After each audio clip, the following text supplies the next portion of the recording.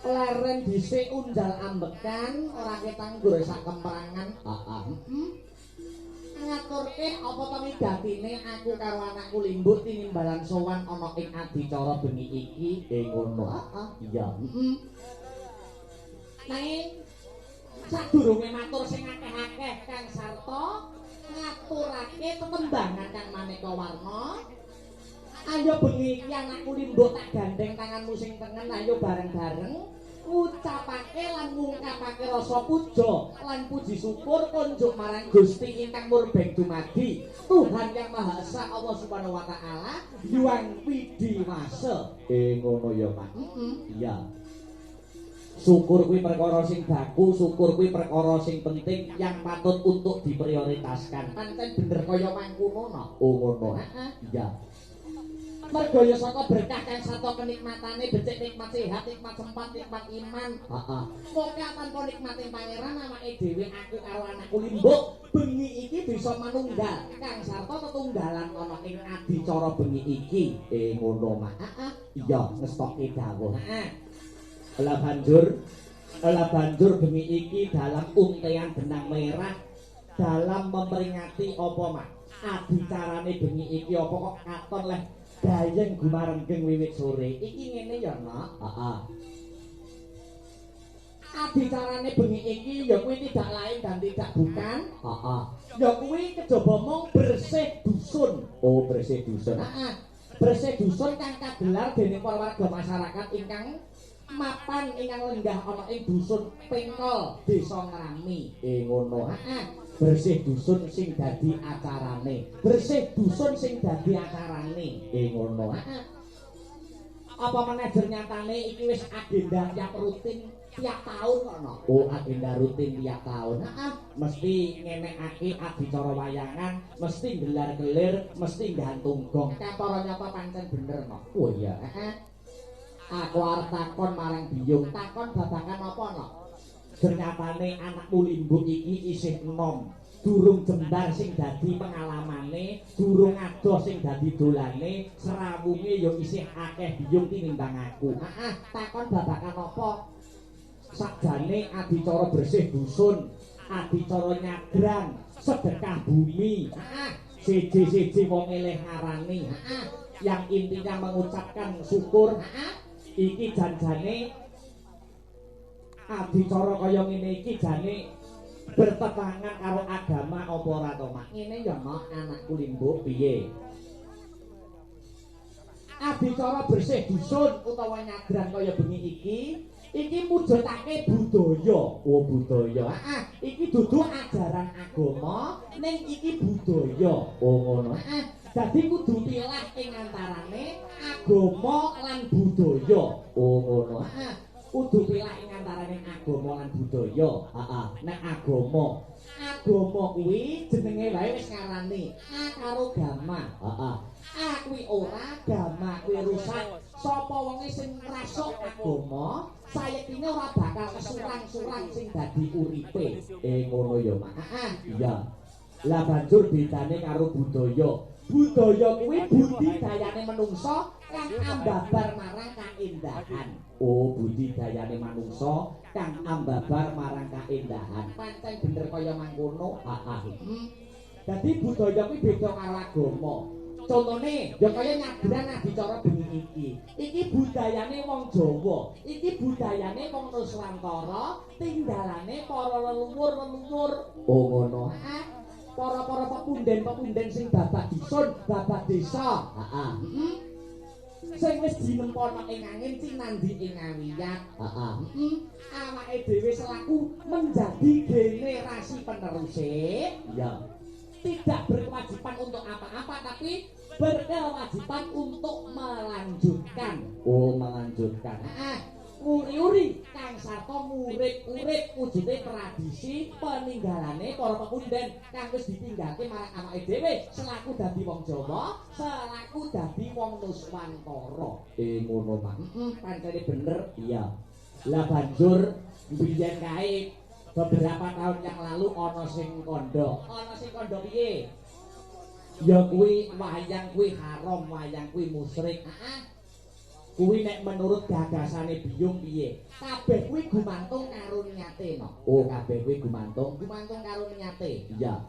Ternyatane para wali biyen, nalikane nyebarke utawa nyiarke agama Islam ana ing bumi Nuswantara, kuwi ora mantra-mantra ora langsung dakwah secara mloho, secara instan. Oh ngono. Nanging menggunakan ya kuwi wujude media budaya. Mediane salah satune ya kuwi wayang kang sarta gamelan. Oh ngono. Wayang karo gamelan sing wis dadi budayane wong Jawa malah dadi sarana, malah dadi pirantine para wali-wali biyen anggone nyiarke agama Islam ana bumi Nuswantara. Wayang ki mung budaya ki mung alat sarana piranti. Dadi balik maneh, apa-apa gumantung karo niate inamal akmalu biniyat. Iya. Nek wong nonton wayang nawahi tuku soline budal tekan omah. Kuwi arep nonton wayang arep ya kuwi ngrungokne pituture ana ing lakon wayang. Pitutur becik diaplikasikan dalam kehidupan sehari-hari. Tak kira kuwi ora enak eleke, tak kira kuwi ora ana harame. Oh ngono. Lah sing dadi haram nama itu usuline budal kan omah arep nonton wayang ora ngemake critane, ora ngemake pituture ning wit sore nganti isuk sing dipentelengi sindene. Lah iki lho. Oh ngono.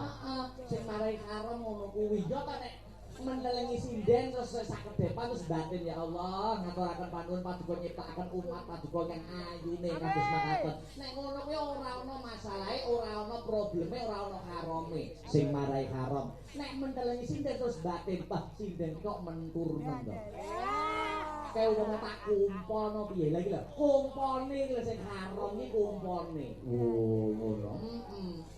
Dadi apa-apa iki gumantung niate. Iya. Tanpa beda karo para warga masyarakat ingkang lenggah mapan ana ing dusun Pengkol. Iya.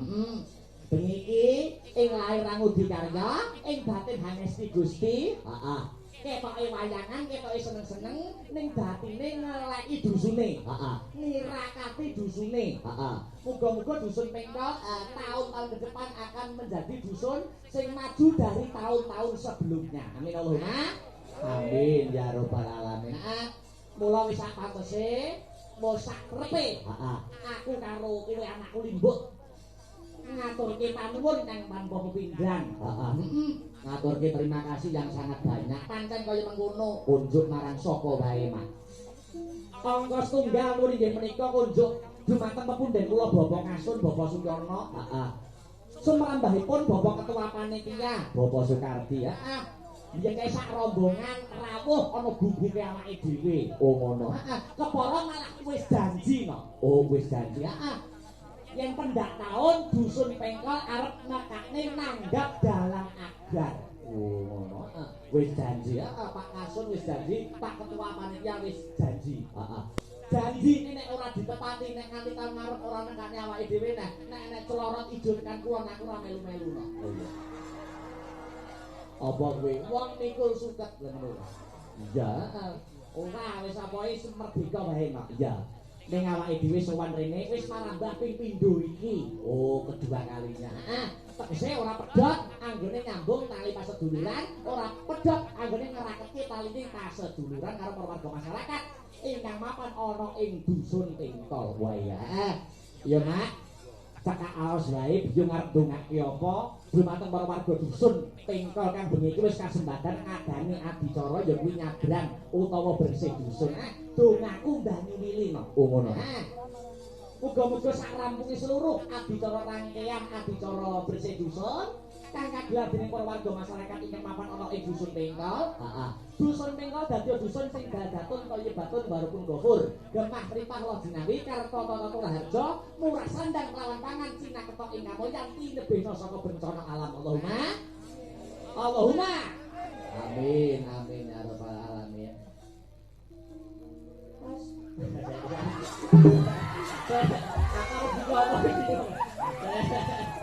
Ya, ini Mas Andra, kelangan nang aku.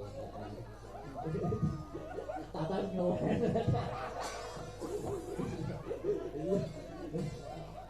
Eman.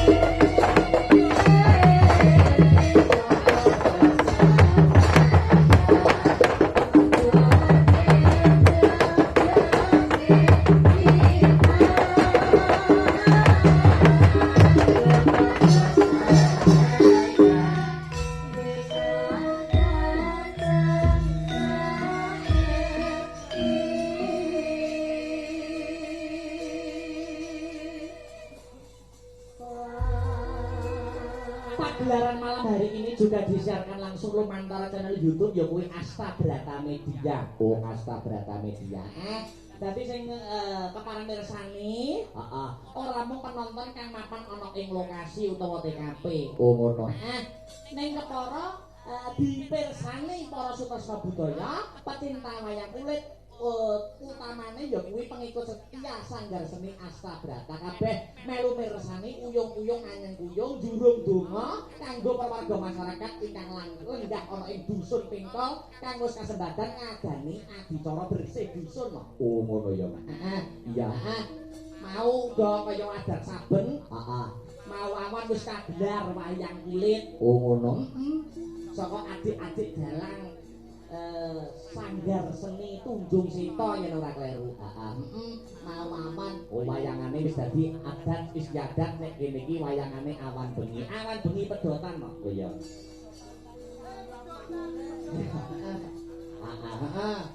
Oh dadi awan mau wis kagelar adik-adik dalang kecil, generasi penerus kanggo melanjutkan seni wayang kulit ana ing Laladan Kabupaten Nganjuk.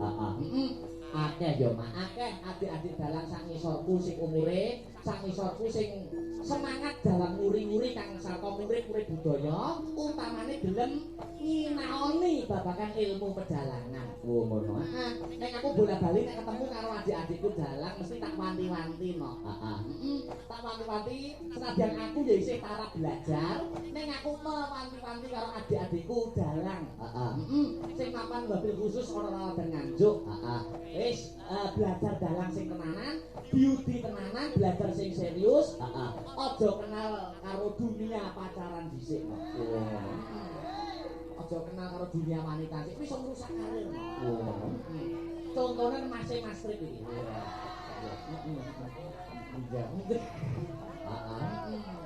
Pak Likur tahun orang tahu mengenal wanita. Iya ya mak. Ben iki sowan komplit. Ning ayo sadurunge ngaturke pemeriah kang sarta bintang tamu. Iki akeh banget no. Iya. Ning kanggo salam pambuka ya muka dimaha. Ya kuwi ngaturke tetembangan diwalik larase Slindro. Ya kuwi ngaturke tetembangan sing ana gandeng cenenge karo agama. Oh ngono. Apa? Pepiling didhisikne mak. Oh ngono ya mak. Jadi karben ngrumangsani warga masyarakat ana ing dusun Pingkol senajan gelem nguri-nguri budaya ning agamane ora ditinggal. Oh ngono. Wong Pingkol iki anu kok kusuk-kusuk ana. Iya, kusuk-kusuk. Adan dhuwur apa ya. Allahu Akbar, Allahu Akbar. Warga Pingkol gerutuk ning sawah. Oh iya. Ning masjid. Lah ya mate ngantini kancane ning sawah dijak ning masjid salat jamaah. Oh iya. Iya. Dibawani ya. Dandang kula karya besar Ki Haji Anom Surata. Iya. Monggo dipun sarirani dening Mas Herulinanta. Lah kepengin dipun riyenaken Mas. Rukun Islam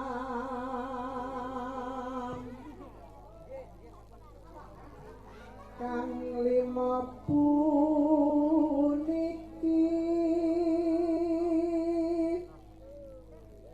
katindakna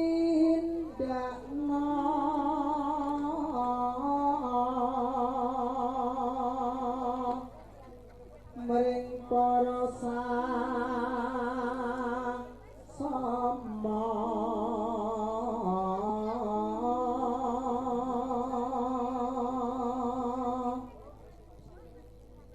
aja padha ditinggalke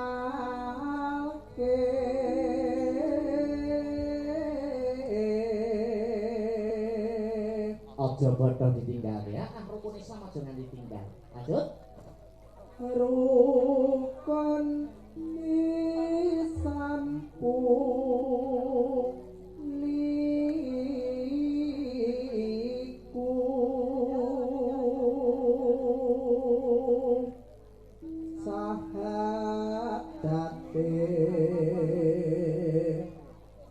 kang angka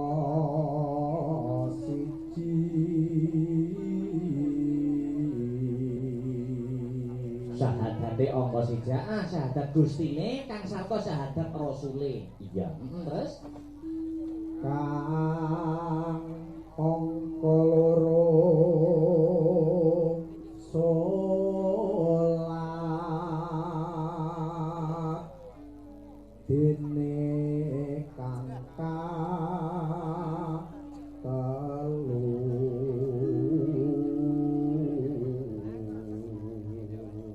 angka 3 napa Mas Heru?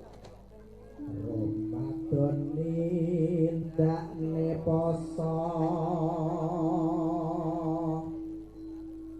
papat zakat ping 5 ngibadah haji. Nek gangsal perkawis rukun Islam sampun dipun tindakaken tegesipun rukun Islame kados pundi Mas Heru? Rukun Islam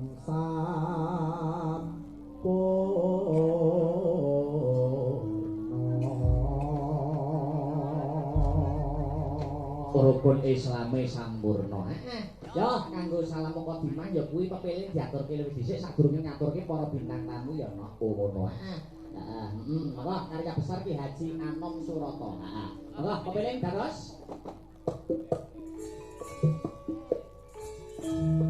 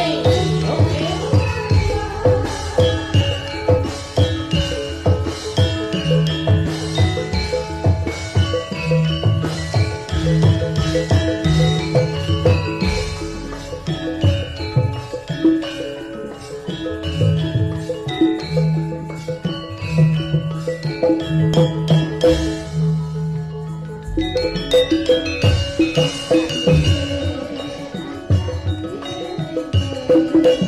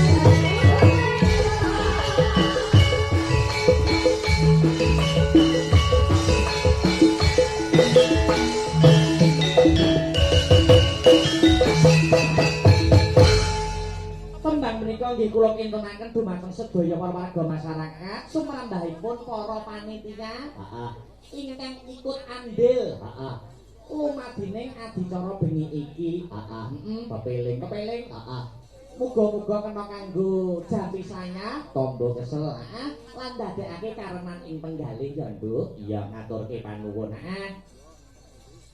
Yos diwalik meneh melok larase iki akeh para bintang tamu saka keparenge panitia lan warga masyarakat awake dhewe sowan rene ora ijen ora ngomongake sak bergodo kanca-kanca sanggar seni Astabrata ning iki uga diregengake ya kuwi Cak Meo saka Laladan Medion Kang Sarto Mbak Rinfi durung nate tetepungan ya mengko tetepungan kok oh iya Mas Meo dhisik tak aturi minggah ana ing pepanggonan minggah ana ing sasana budaya supaya ikut andil ngregengake kahanan ing bengi iki ngono disepoti aja dipleroki irama seger no oh ngono ya Mas semoga Mas Meo ngantani kula dateng pepanggonan yuk aja dipleroki senar-senar Astabrata dos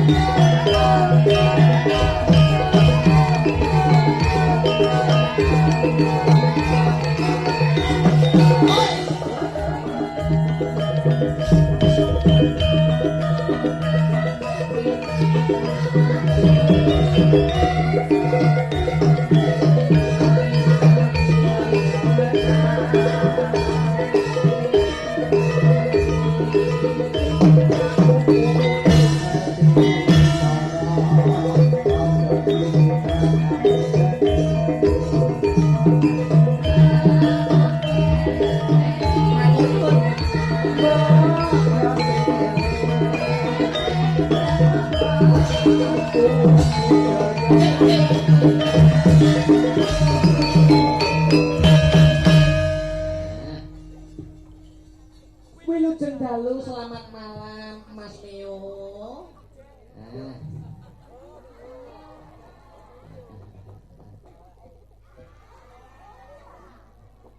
Wis muni urung?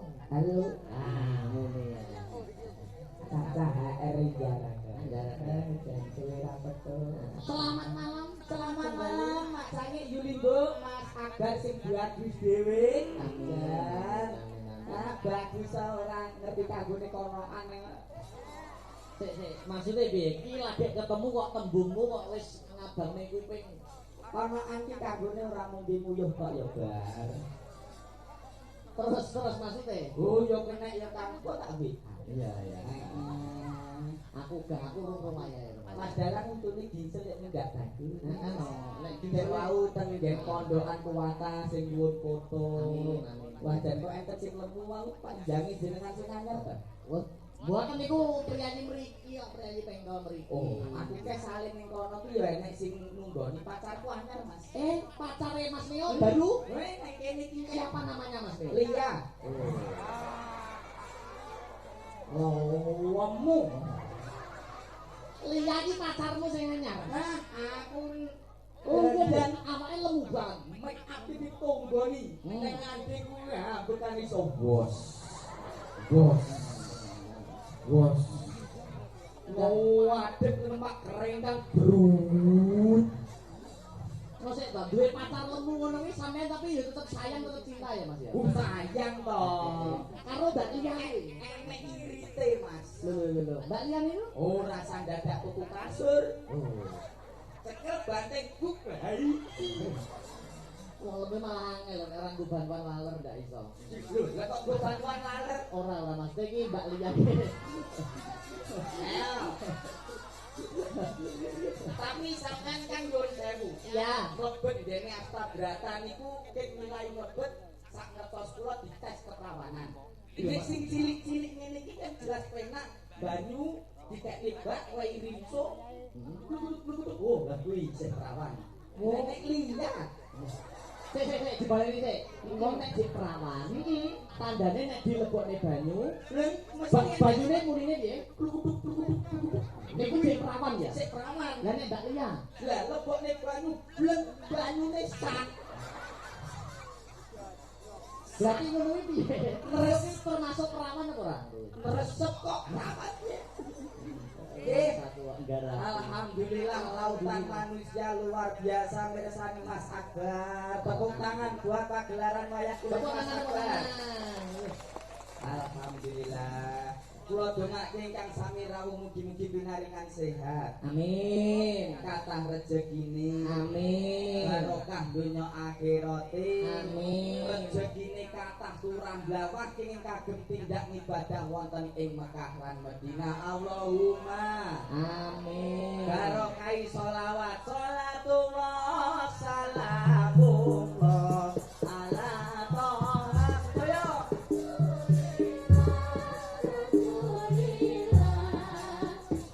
sholatullah salamullah ala yasin adillah. Sholatullah salamullah ala yasin adillah. Sallallahu Nabi Muhammad. Sallallahu alaihi. Pada kesempatan malam hari ini acaranipun bersih dusun. Bersih dusun. Resik dusun mite an-nadhafatu minal iman. Artinya Kebersihan itu sebagian daripada iman. Resik dusun menika berarti diresiki laire nggih batine. betul. Nggih kalbune nggih rejekine. Amin.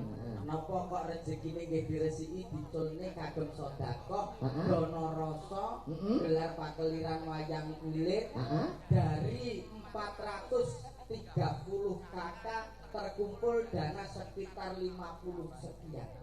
Wah, kagem gelar pagelaran wayang kulit wujud melestarikan budaya seni tradisi. Amin. Amargi napa ini dulu media siar Islam Kanjeng Sunan Kalijaga tetap diuri-uri sejak teng mriki wayangan pertama nek boten keliru sejak tahun 1973. Wah, wayangan teng Pengkol niki. Di sak menika tahun 2025 rutin enek gange mung pas corona niku. Nggih. Kula hafal. Kok iso apal, Mas?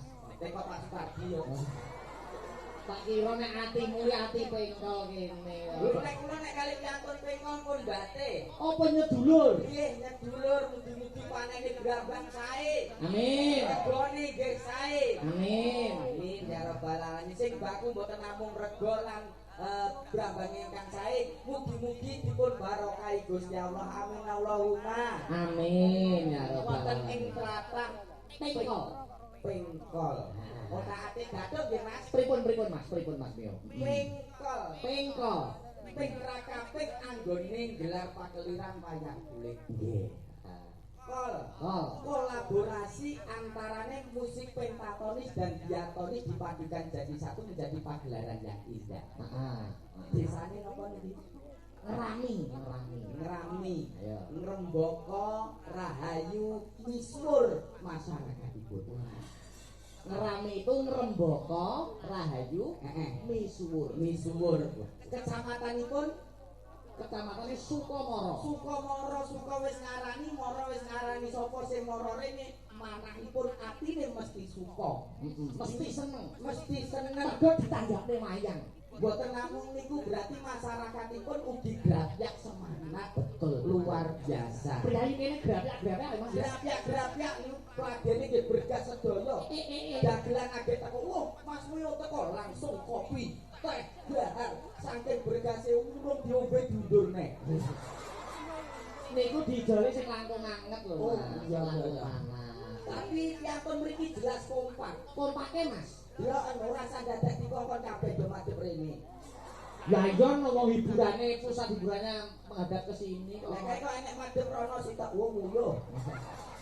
Kok yo awas men karo wong nguyuh gitu. Nggih bakul dukono dukene luar biasa. Alhamdulillahnya juga, bersyukurnya juga malam ini diparingi terang. Alhamdulillah niku berarti awit dongane sedaya masyarakat wonten ing tlatah mriki. Nggih. Badhe mirsani wayang ya Allah jenengan paringi terang alhamdulillah kaijabah. Bibar kisah wau pun kula gawakne uyah kok Mas. Wah, niku kula ubengi panggung mriki. Kula gawakne uyah. Saiki mertua. Nggih.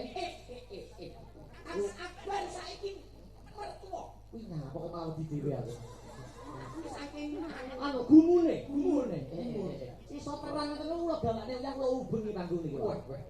Terus carane syaratnya pirantine siji uyah. loro Tahu enak gitu. Tahu uyah disambi enak.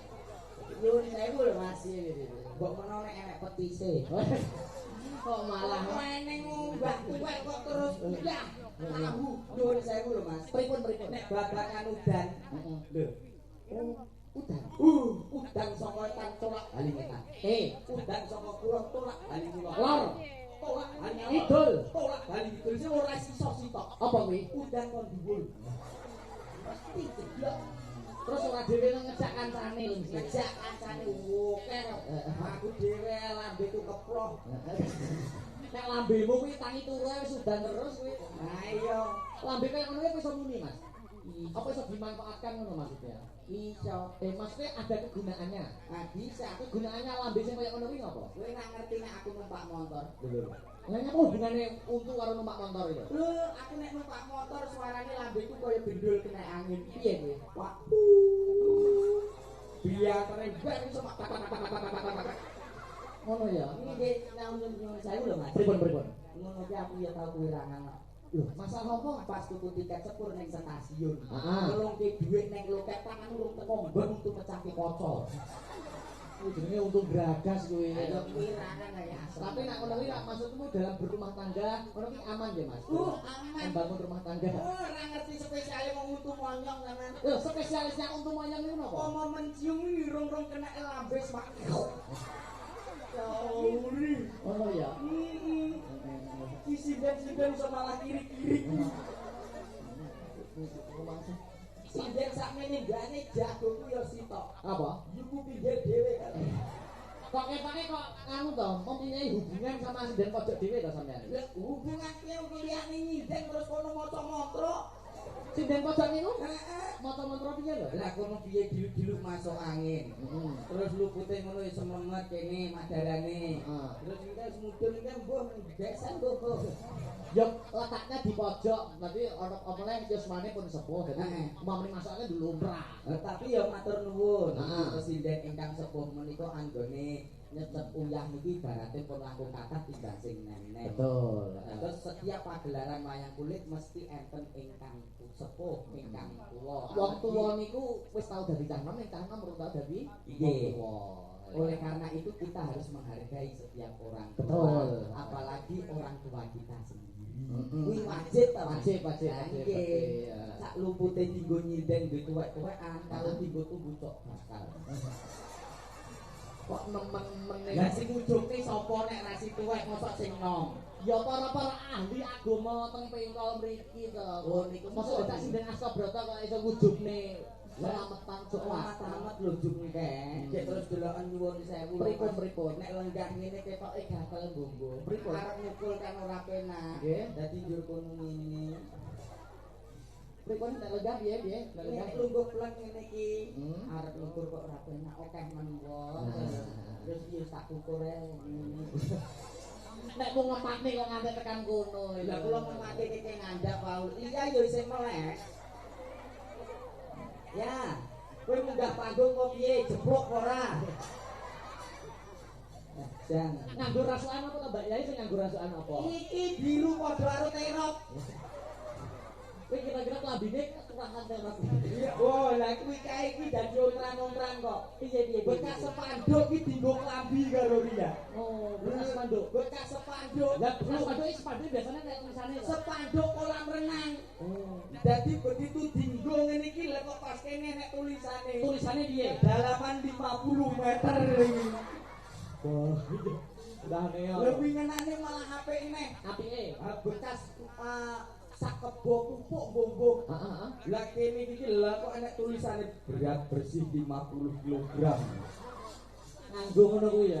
Dinggo sing ngisor nggih roh. Lah jarimu nak ndak iya pacarmu. Kowe yo aja gelem ngalah nganggo bekas spanduk, nganggo bekas pamflet no. Iya tahu. Oh tahu. Tak nggo katok ngene iki malah enek tulisane kok. Apa? Jangan digantung. Iya apa? Kena bekas ngene pupuk nika lho. Sinden-sinden astaga Luar biasa Ayu Ayu.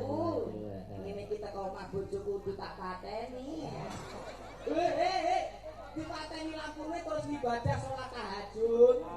Pikirane aja teko ndi-ndi. Orang itu harus menjunjung tinggi nilai kesetiaan. Oh, setia aku Mas. Istri itu wong enek bukan ngene Mas. Piye? Wong rabi kuwi seneng. Nek aja seneng rabi. Kon ndi-ndi. Siji dinggo selawase Mas. Nyuwun sewu. Kula dereng rabi nyuwun sewu. Ning kula namung penyambung lidah karena dalang itu menyambung lidah dari para sesepuh, para senior. Setia itu perlu. Oh, perlu. Luar biasa. Oh, wong nek ora setia biasane ngentut ae ngono. Ibaratnya Mas, ada perumpamaan cinta itu buta. Cinta itu buta. Ibaratnya sak elek-eleke bojomu. Nek kowe ana dalan petuk cah wedok ayu, buta, meremo ning balik ning omah. Dengan prinsip ora ana wong wedok ayu sak liyane bojoku. Ngono lakonono. Lah iya, tak kandhani iki krungu apa ora kuping. Malah ngandane aku. Mas, Pripun? sinden sakmene biyen iki Mas. Mbok dijumenengke. Lah iya no, ini ada Mbak Ringki. Saya belum pernah bertemu, baru di panggung kali ini. Luar biasa. Ada pepatah mengatakan tak kenal maka tak cium. Tak sayang. Lah sayang iki nek ra ciummu ya ora penak. Lah nek sing cium kowe mrene Pak ramah-ramah. Diagem mic-nya Mbak Yu. Anu dispon ta? Astagfirullah. Ayo. Apa?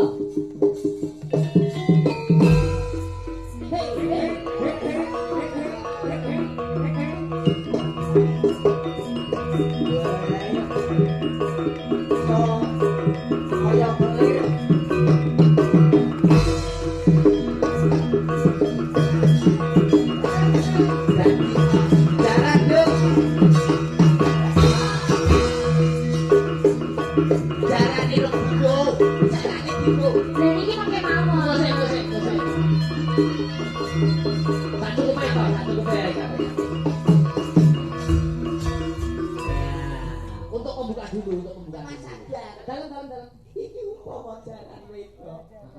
Aku yo pengen pengendara. Gimana? Kok mengendarai ini kan maksudnya? Kan lumrah to, Nduk, jalan iki tumpakane menungso. Oh, ngoten. Mengendarai kuda, baik jalannya. Tapi biasanya niku lek kuda niku sesuai gender. Lek jenengan gendere cowok, berarti kudanya ya kudu cowok. Nek gender Cewek, ya berarti kudu cewek. Oh, iki berarti jalan cowok iki. Iki serak dulu. Niki banji niki. Lho kok banji?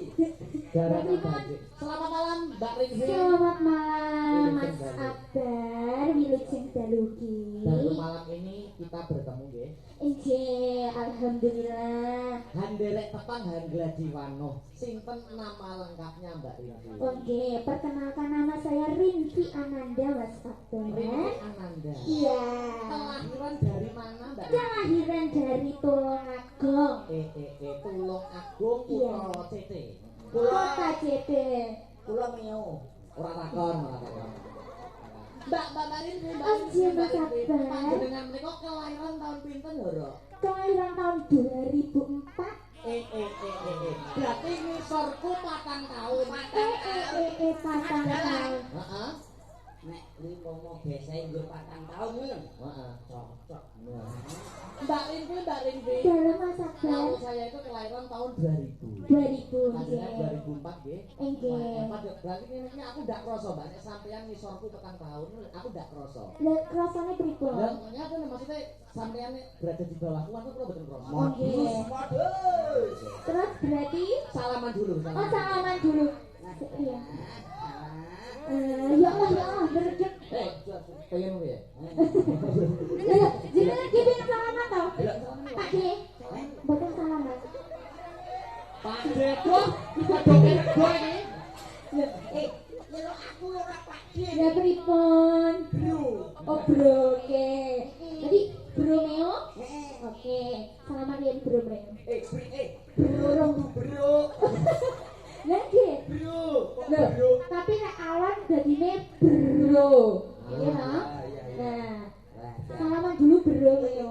Ya Allah, ayo. Nyapa. Kok yo minggu. Dibaleni kok kono, Mbak. Salaman. Di sana. Salaman. Dari pojok. Dari pojok. Kok kono. Mana aku? Tak golekne. Ayo 1 2 3. Salaman bro Meo. Ya Allah. Nyapa kok telek iki lho? Ora badan. Lho. Dereng salaman to. Lah nggih, pripun to? Salim.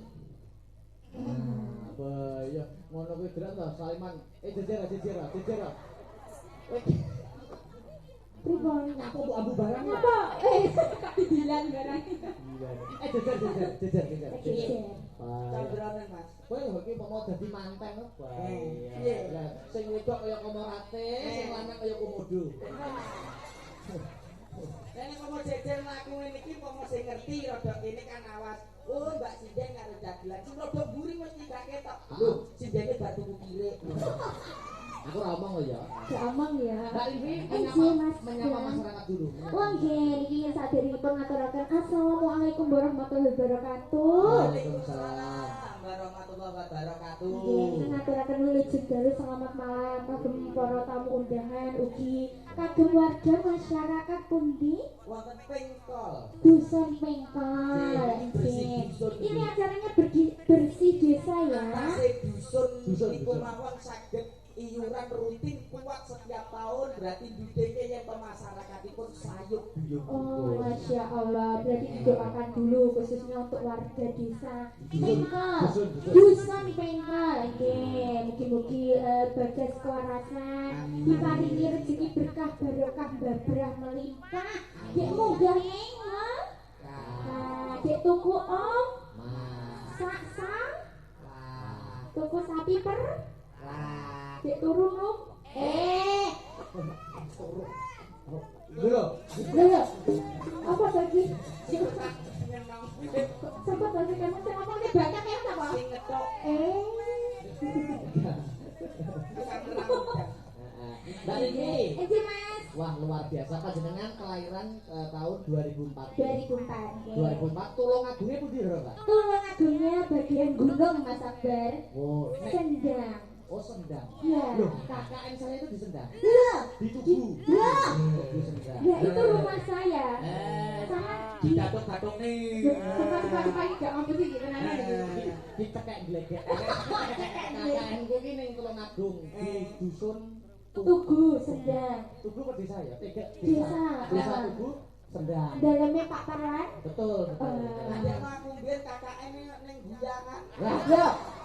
Oh, nganggo bener. Betul sama Irang ya toh Mas.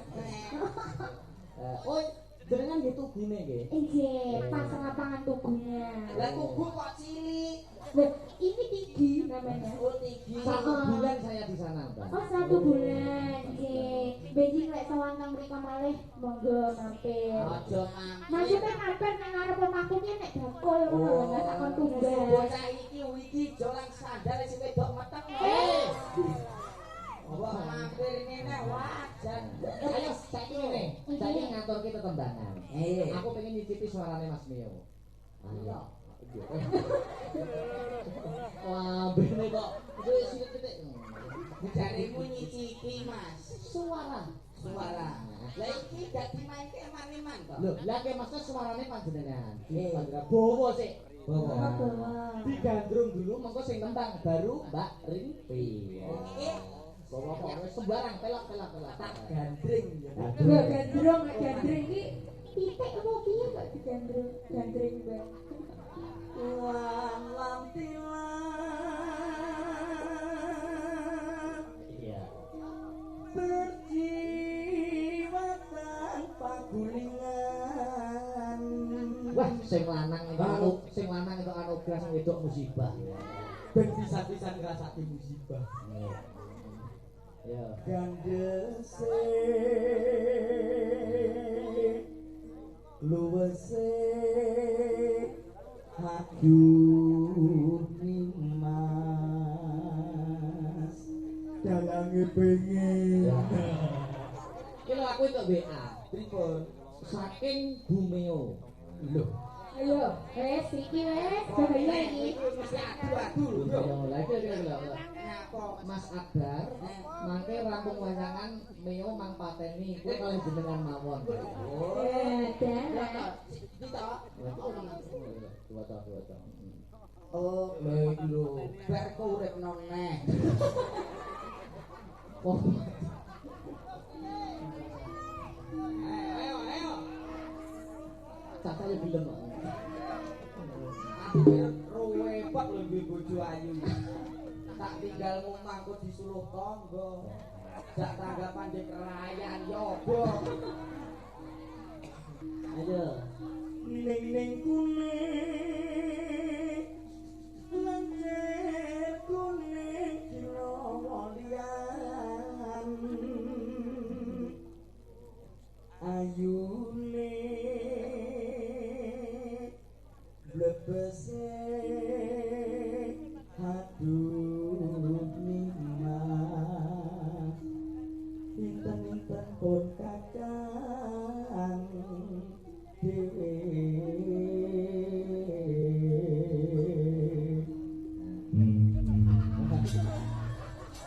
gone manual. Tak ngempul udut ae. Wayahe ngempul udut ali ngempul kempul iki. Iso kok ya. Iso iki dadi iso kempul iso. Mau bas iso ora bas. Apik ya lambene. Multifungsi. Mau dari kloset iso ora?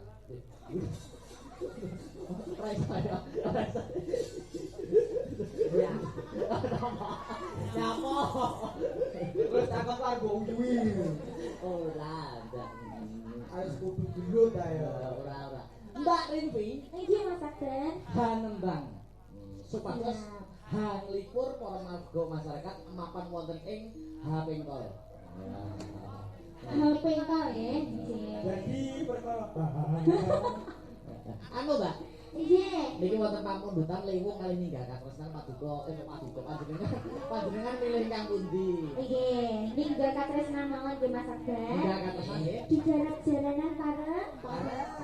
Ninggah katresnan. Engko nek wis suwuk ya ta, nek wis suwuk solah jaranan. di bocah iki ketoke wis moh karo menungso. Datang apa? Yo atase nyanyi njaluk digarap-jaran. Lho, Maksudnya iramanya. Oh, iramanya jaranan nggih. Njaluk digarap-jaran.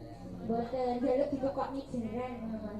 Ketokno ciri khas Tulung Agungmu. Iya. Ciri khas Tulung Agung tidak ada lain yaitu adalah hasil derewe. Aku tahu goleki ciri khas petuk ciri kabeh. Ya, coba kayak apa? Ah, meninggalkan sana bersama Mbak Rinvi siapa mau? Rinvi Mewati. Lho kok yo mulai jeneng iki yo kok Ada nggih. Ananda nggih. Ya Sumeo. Bulan apa Mbak lahir jenengan? Mei Mas Akbar. Gemini ya tadi. Gemini. Dadi nek kok sumerep. Yo no nenek iki Gemini. Oh, soalnya Gen Z nggih. Gen Z. Nggih, nek sak Mei bulane napa? Trawelu. Terlalu iku sio, sio. Pokoknya apa aku trowel. Oh, nggih, kok. Kula pinter nek. Oh, soalnya oh, bisa soalnya nggih. Iso sak cangkem kabeh. Niku bahasa halusnya ginsol. Terus apa tuh? Lahirnya tahun piro trowelu. Yo, coba kayak apa ya? Dengar-dengar meninggalkan bersama Mbak Rini ini Ananda Made in Tulungagung. Yo, coba.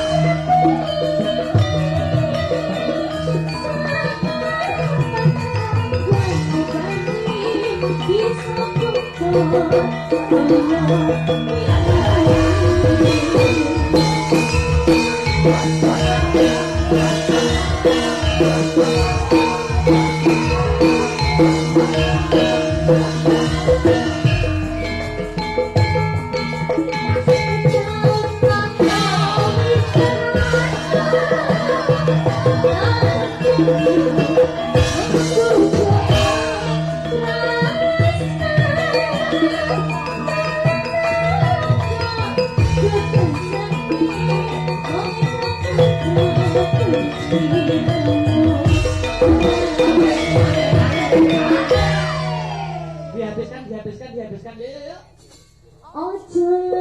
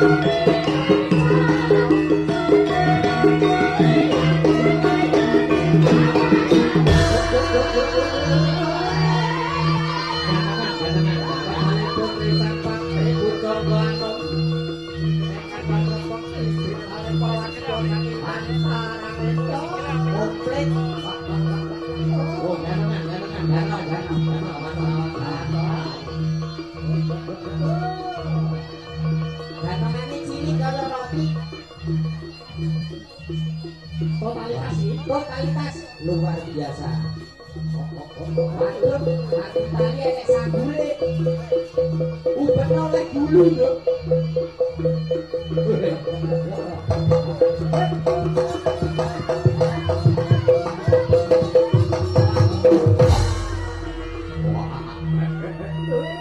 Awas pikir.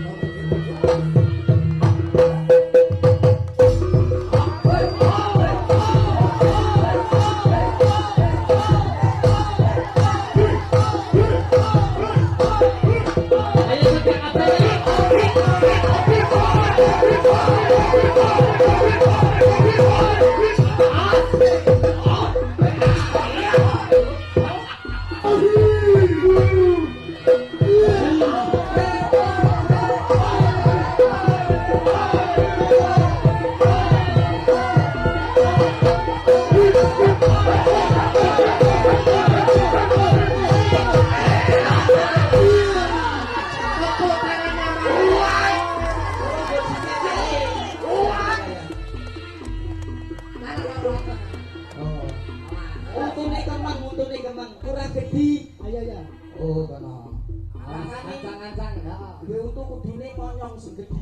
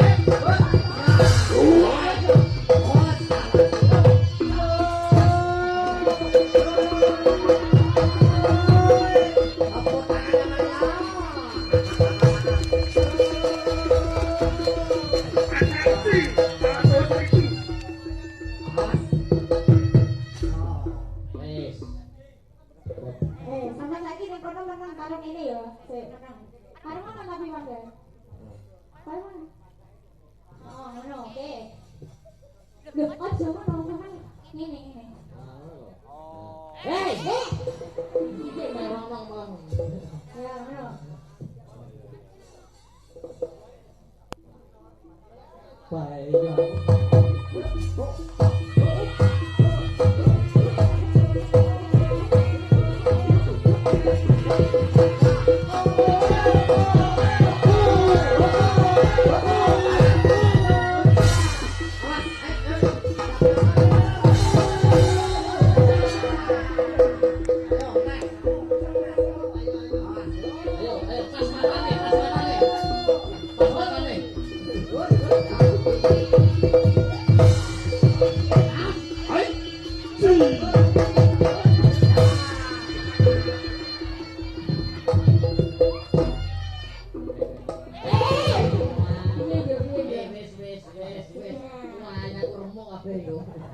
Ya ora apa-apa kok ngurusak ning kene berarti kan sitok kabeh.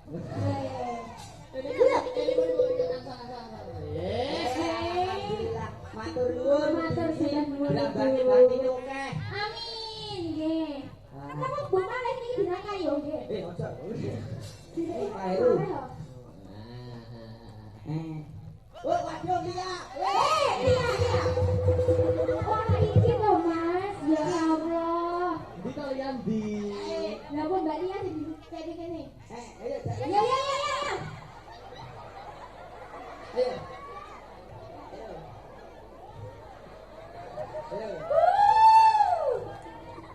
Ayo. wah lagi botolnya marok Ayo ora nyopo ade entok. salaman Mbak Lia Selamat malam Mbak Lia. Masya Allah.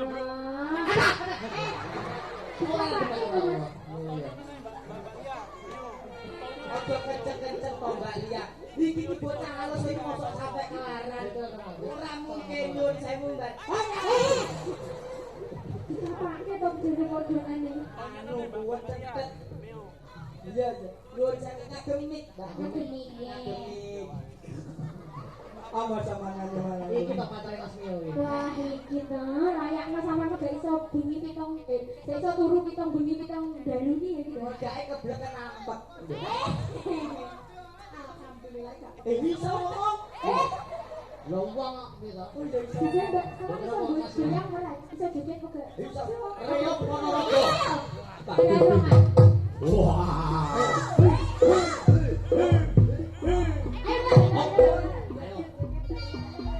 Ayo Mbak, tak salah iki.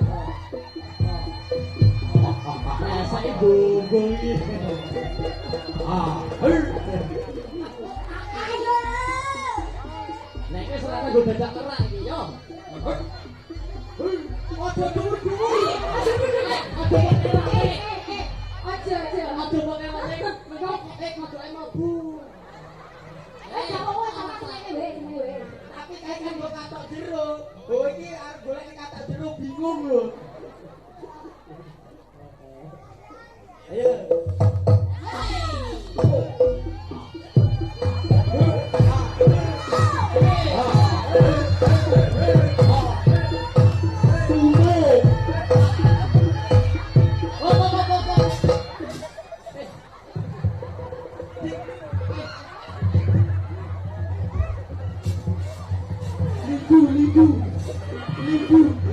Wong dikon joget gak ono malah ngetokne sumo.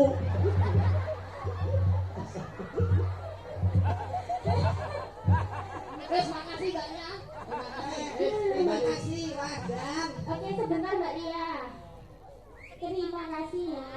oh dibaliknya Tak balik gitu. Lah wis tok, Mas. Sama Mas Mbak Nuwun. Ya ora apa-apa Aku iki ya. nek wae wong kok. ngadep isok ya ngadep isok no Iki iso mundur apa ora?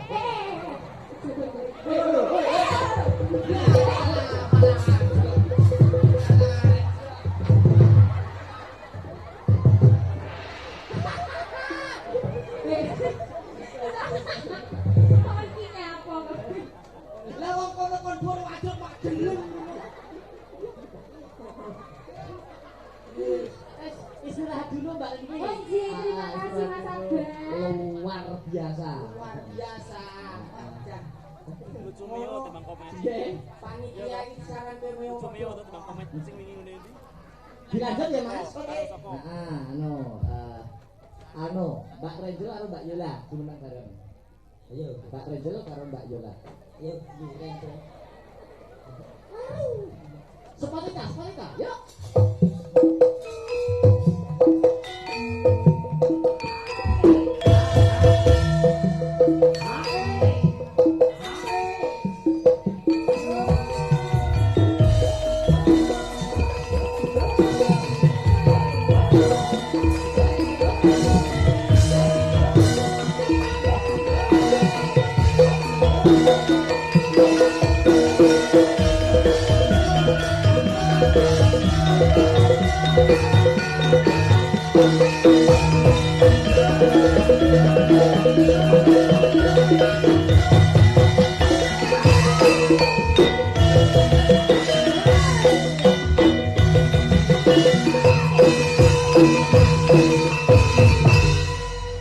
Halo Bandung, ibu kota berijangan. Halo Bandung, kota kentang kenangan. Sudah lama kita tidak berjumpa dengan kau.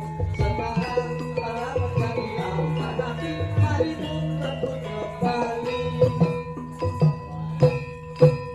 Wilujeng dalu selamat malam Mbak Renjel. Iya, Wilujeng dalu selamat malam Mas Akbar. Wilujeng dalu juga untuk Mbak Yolanda. Selamat malam Mas Akbar. Iya. Ini jendalu Mas Akbar. Lama tidak jumpa sama Mbak Renjel sama Mbak Yolanda. Iya, lama sekali ya Mas ya. Sudah berapa tahun? Berpuluh-puluh tahun ya Mas ya? Nggih, ngaten iki nek kula dalan diteggoni Mbak Renjel semangat kula tambah 30%. Apa nggih? Mereka dari ini Renfli, Komedi. Ya ngono ki ndak apa-apa ya Mas ya. Ndak apa-apa. Lah ning dhuwur ngene ki ora apa-apa Mas. Banyaknya umum ngono ki. Kok Mas Neo, ini sama-sama lulusan dari Institut Seni Indonesia Surakarta. Isi, weton isi niki. Lek kene jenengan. Nek Mbak Yolanda lete kula. Nggih. Nek niki di atas kula. Lah kowe kok lali? Napa? Aku rektormu lho. ah ya Allah. Saya ambruk langsung itu. Cumio Lho Mbak Renjel niki anu juga mempunyai talenta yang luar biasa. Apa iki kok koyo iso jaran? Boten, Mas Neo ora jalan. Lah upami mami ngendang pripun, Mbak? Wah, Iya, nggih. Ngendang nih. Oke ya. Ondang oke. Pindah ngarep pelan, templon ini Mas. Oke, dipindah boten kula sing mandang. Boten mangke eman-eman jenengan nek. Eman-eman ya. Kowe itu percayakan kanca-kanca. kowe kok mudhun di krayan cacah gar malahan. Ngono ya. Aku tau ganas-ganas ngono ya. Apa berata ya ganas-ganas. Kamu pengen tahu bagaimana suara buaya? Bagaimana Mas? Selamat pagi sayang. Oh, ngono ya. Tak ini iki. Nah, alon-alon. Iki ndak aja ya Mas Akbar Bang. Terus iki anu mik. Mic-nya Mas tolong mic-nya. Mik vokal diubah tak. Anu bakal sindenya dipindah nang boten. Oh, mboten bisa. Oh, boten usah. Apa badhe lenggah teng jaran? Mengko sing ngendang Mbak Renjel, sing nembang Mbak Yolanda. Wis pokoke kita kupas anu potensi-potensi malam. Masing-masing luar biasa. Ya, langgam mawon. Nggih, mungkin yang kedua bacanya jaipongan ya Mas ya. Sak. Oke. Dicek sing skor kendang dicek sik. Oke. Saya cek dulu ya, ini kulitnya saya cek dulu. Kulit kendang. Oh, kulit kendang, iya, Sama iya. kok pikirannya. Pikirannya padha karo pikiranku. Tetap untung Mas. Pikiranku padha. Aku wis bolak-balik. Coba. Tak. Tak tak tak. Ya. Tak. Muni boten. Miki.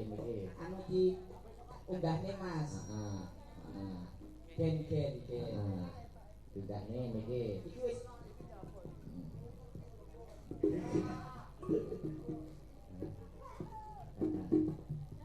Pun muni. Sampun. Dijajak. Iya, tak. Pak Bambang. Ora sah. Tak ngono. Tak. Ting. Dut. Wis ora Teh jujur Mbak Rachel marang ora. Aku boleh merinding ya. Ayo iki tunggal. Lah apa to? Kok dijujur cah kowe terus merinding. Lah ganteng iki mana? Masa aku udah kedut-kedut. Lah aku ora ganteng. Aku kata si Teng nek ra anak iku mobilah wis ora. Yo, anu ya, lanjut dulu. Udah kuning saja. Anggam. Ini berarti langsung buka celuk nggih? Celuk ditompo kendang. Mengko rambah kedua kok ditimbali jaipong, Mbak Rachel ben apa itu bersama kur sama Mbak Yolanda. Ya. Oke, yuk coba kayak apa? Buka teluk langsung kemawon Mbak Yolanda. Ya.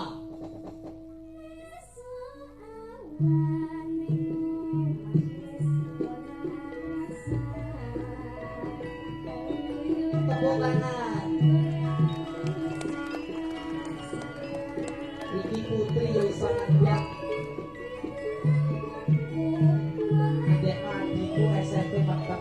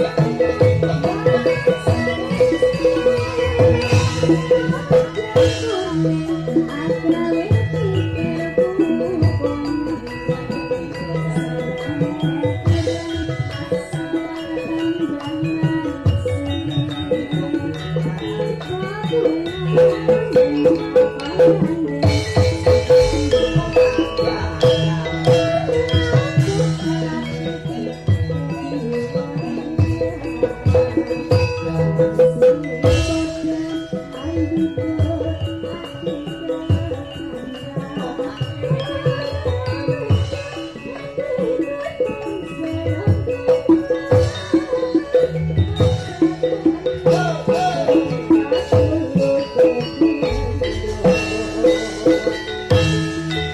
kasih Mbak Renzo, Mbak Yolanda.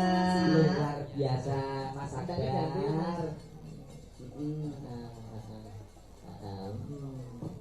Sip luar biasa. Sesuk wis dadi konten. Nggih, alhamdulillah YouTuber kata Mas Ya. juga turut menyiarkan pagelaran pada kesempatan malam hari Ya, ini. betul. Siapa lagi Mas Ya, Agar? Dek Beatrice, Dek Dwi, Dek Sinta, terus Dek Pesek juga bareng. Ya. Di pesek. Seperti ya. Yuk.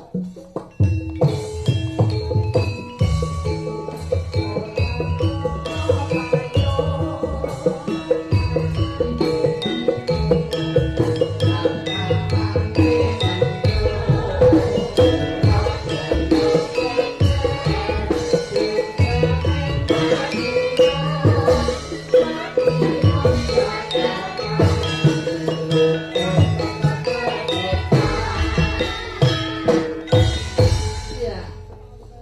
Ayo sing musik. Detik gong plastik. Tung Bang Atum, Mas Agar. Ayo sing kira-kira kompak apa yo? Manut berempat. Tambahan. Barban enggak boleh. Oke. Barban ini ada permintaan barban juga ini. Dari request RT 11 Pak Daryanto. Oke. Baik, oke para hadirin yang berbahaya. Ya. Yang berikut ini ada 4 artis dari Astabrata Group Ya. menghadirkan sebuah tembang atau lagu untuk perjalanan semua bareng-bareng HR Au.